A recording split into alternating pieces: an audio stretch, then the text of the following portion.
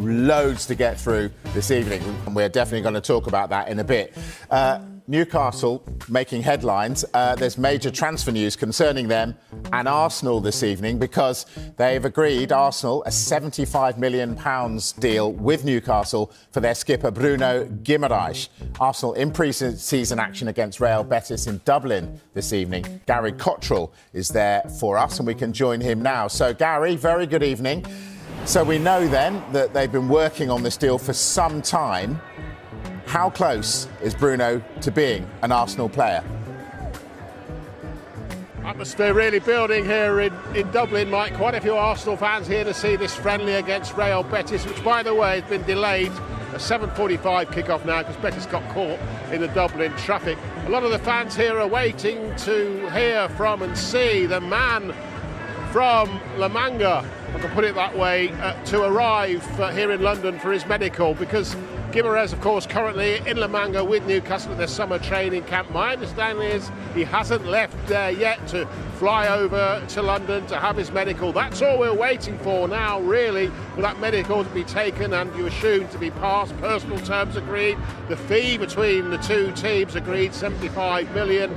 Arsenal got their man, it seems, but there won't be any official announcement, I'm told, imminently, probably not today, more likely tomorrow or a little bit later in the week. When he's arrived, met his new teammates, had his medical, done the club media channels, etc. But listen, there's no doubt it's going to happen. Arsenal wanted it to happen. They've been working on it behind the scenes for a few months now. Newcastle didn't want their captain to leave, especially in the summer where they've already lost some top players.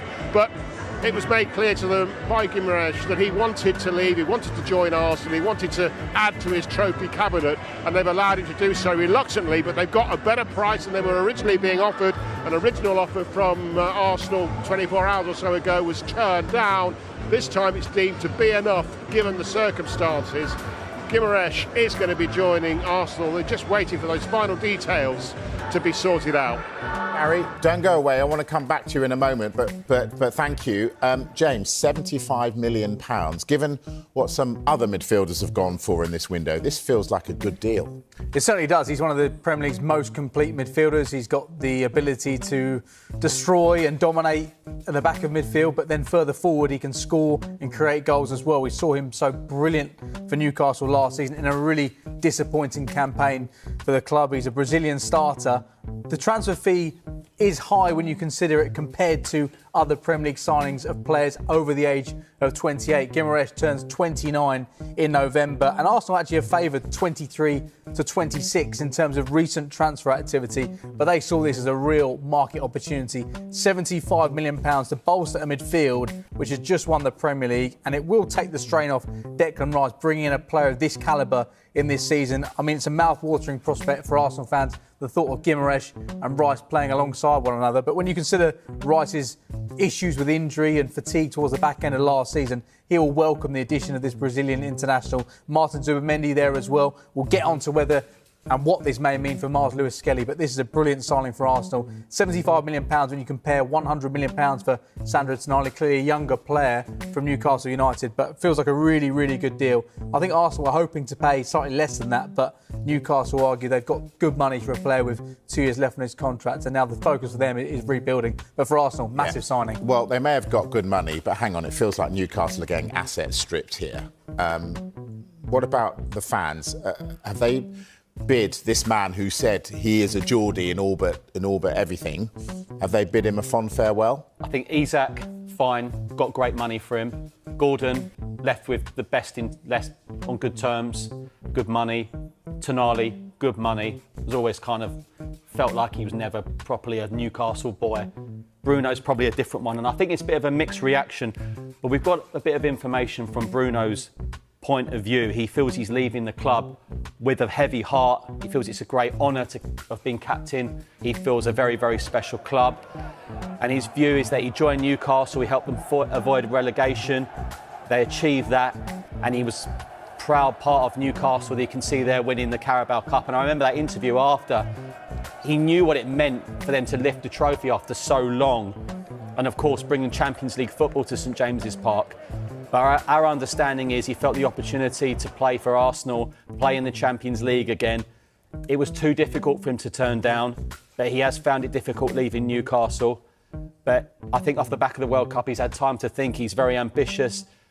But now he feels like he's ready for a new challenge. And I think he looks at Arsenal now as a big challenge. Wants to work with Mikel Arteta. And again, the information we've been given, that Declan Rice's name has actually been mentioned about someone he's looking forward to playing with as well. But he also said that Newcastle will always have a special place in his heart. And it's clearly down to the Newcastle fans how they feel about those feelings. But, you know, we've just announced the new head coach. It is a new era starting tonight. Might be a difficult era. James touched on this, Michael, but where does Guimarães fit in this Arsenal lineup? I think when you look at the squads, and we'll see it surely, I think it's mouthwatering. I think he's been Newcastle's best signing since the takeover. And just like that is what we... Straight up there, no messing about. This is the Arsenal squad depth. And yesterday we talked about Liverpool's, Mike, and slight concerns about maybe a lack of it and some injuries.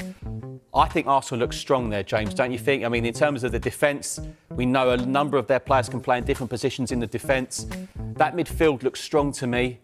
The central midfield especially, and maybe just that left-hand side of the forward line, which we've already discussed. But apart from that, I think out of all the top clubs, they'll probably be the most confident going into the new season. Yeah, they're red-hot favourites, you have to feel, to defend their Premier League crown. They played 63 competitive games last season, Arsenal, so you can look at what the dream starting 11 will be, but ultimately there will be rotation. Zubimendi and Rice played more minutes than any outfield player for Arsenal in the Premier League last season. They can't do it again this year. Guimarães can play alongside Rice. He can play instead of Zubimendi. There's so many different combinations which Mikel Arteta now has. Heading into the last transfer window, we thought they don't need any more centre-backs. They signed loads, but they've been proven correct. When it comes to their midfield, it was thought, do they really need anyone else? Mikel Arteta felt they did. They've got one of the best ones in the Premier League right now in the form of Bruno Guimarães. Yeah, indeed. I want to go back to Gary Cottrell in Dublin now. Gary, if you're there, Vinicius Júnior, where are we with the pursuit of Vinicius Júnior for Arsenal? Big roar just went up, Mike, because just before you crossed me, the Arsenal players took to the pitch here in Dublin. There are three boys from Brazil out there, of course, Jesus, Martinelli, Gabriel. There will not be a fourth joining, not in terms of Vinicius Júnior anyway. Of course, they're going to have Bruno making them a fourth Brazilian, but there won't be a fifth, perhaps I should put it, because Vinicius Júnior is going to be staying at Real Madrid. There was a series of meetings today at the Real Madrid training ground. Vinicius Júnior involved in part of it, his agents involved, the CEOs, second only in power to Florentino Perez at Real Madrid, and a really powerful guy there as well, the head scout. That meeting went on for a couple of hours, maybe more, and by the time Vinicius Júnior had left training for the third time in 3 days, news was emerging, my understanding anyway, that the talks went well in terms of he's not going to be leaving this summer. Whether or not he's agreed a new deal and the details of that new deal still to be confirmed, some suggestion that he's had more of a pay offer than was previously on the table. Not much more, but a bit more, enough to make him potentially satisfied.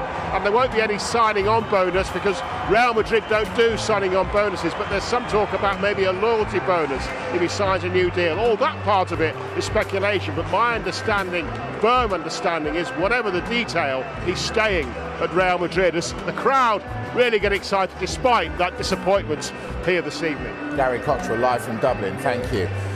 We've just looked at the Arsenal squad. You both have told me it's so strong, so much depth. Is it an issue if they don't get Vinicius Júnior? I don't think it's an issue, because I think it was always felt that it would be unrealistic. It was a situation Arsenal felt was one they could maybe attack and try and convince Vinicius Júnior to join. But of course, you need to find a transfer fee which Real Madrid would find acceptable. And I think a renewal and Vinicius Júnior staying at Real Madrid was always felt to be the logical solution in all this. And we wait to see what happens, because I think Vinicius Júnior wants to stay at Real Madrid, but he wants to be rewarded for his importance to the squad, and his commercial value is enormous as well. But I think Arsenal will now look at other options. Solis has joined. He's a left winger who can play as a number 10. But I think for the last few transfer windows, they've realised they need to upgrade in that area. Last season, Gabriel Martinelli scored some really important goals. but it's not really been a case of him kicking on with his career in recent times. So if they can find someone else, they went for the very top target in world football on the left-hand side.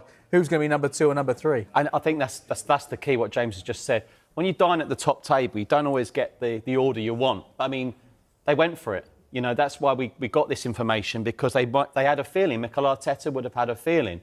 But what I think with Arsenal in this window, it's not going to be 7 or 8 this time. But it's going to be 2 or 3 elites. And that's the table they're going to be dining at the moment to go from the Champions League finalists to Champions League winners. Yeah, indeed. So Vinicius Júnior probably staying at Real Madrid, we think. So, Michael, what about Yan Diomande? Where does he fit into all this? Well, we think that Real Madrid are finalising that deal with RB Leipzig for the transfer of Yan Diomande. That's according to our colleagues in Germany. Now, it's expected to be around £111 million and up to £120 million. He's waiting permission to have a medical with Real Madrid, but it will be a club record sale for Leipzig, who are usually big sellers. But it's an interesting one with Real Madrid. And I've got to be honest with you, I'm so intrigued to see Real Madrid under Jose Mourinho next season. Indeed. All right, going back to Arsenal then. Bruno Guimarães on his way. We don't think they're going to get Vinicius Júnior. Looks like they're letting Christian Norgard go. What's the story with that one? Well, he's on Merseyside looking to complete a transfer to Everton. £7 million Everton are going to pay for him. Arsenal only brought him last summer for £10 million.